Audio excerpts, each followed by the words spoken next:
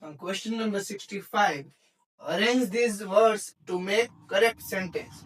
નીચેના શબ્દોને યોગ્ય ક્રમમાં ગોઠવો જેથી કે તે સાચું વાક્ય બને. બરોબર? સાચું વાક્ય કઈ રીતે બનશે તો કે જો ભાઈ, in the sky the swans with flew high the tortoise. હવે જો આ એક્ટિવ વોઇસ બને એમ છે અને એક્ટિવ વોઇસ માં આપણને ખબર છે સાચું વાક્ય કઈ રીતે બને. સૌથી પહેલા કર્તા આવે, પછી ક્રિયાપદ આવે, પછી કર્મ આવે, પછી અન્ય શબ્દ આવે. બરોબર? આ એની સાચી વાક્ય રચના છે. તો આ વાક્ય સાચું બને. તો હવે સૌથી પહેલા આમાંથી આપણે શું ગોતવાનું છે? આમાંથી આપણે ગોતવાનું છે કર્તા. કર્તામાં છે બે. કર્તા કયામાં હોય તો કે નાઉન અને પ્રોનાઉન બે સ્વરૂપે હોય છે.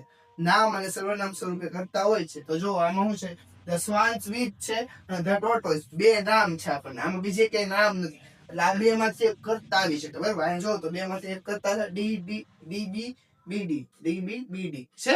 આ બે માંથી એક કર્તા આવશે. હવે જો કર્તામાં છે ને બે બની શકે છે. કારણ કે અહીંયા જો વિથ છે. વિથ એટલે ની સાથે. The swans with the tortoise. Swans એટલે કે હંસ.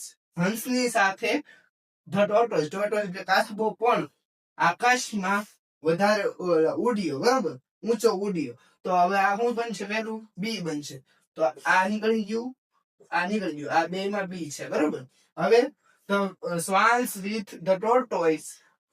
The swans with the tortoise એટલે બી બનશે. બરાબર? જવાબ બની ગયો આપણો.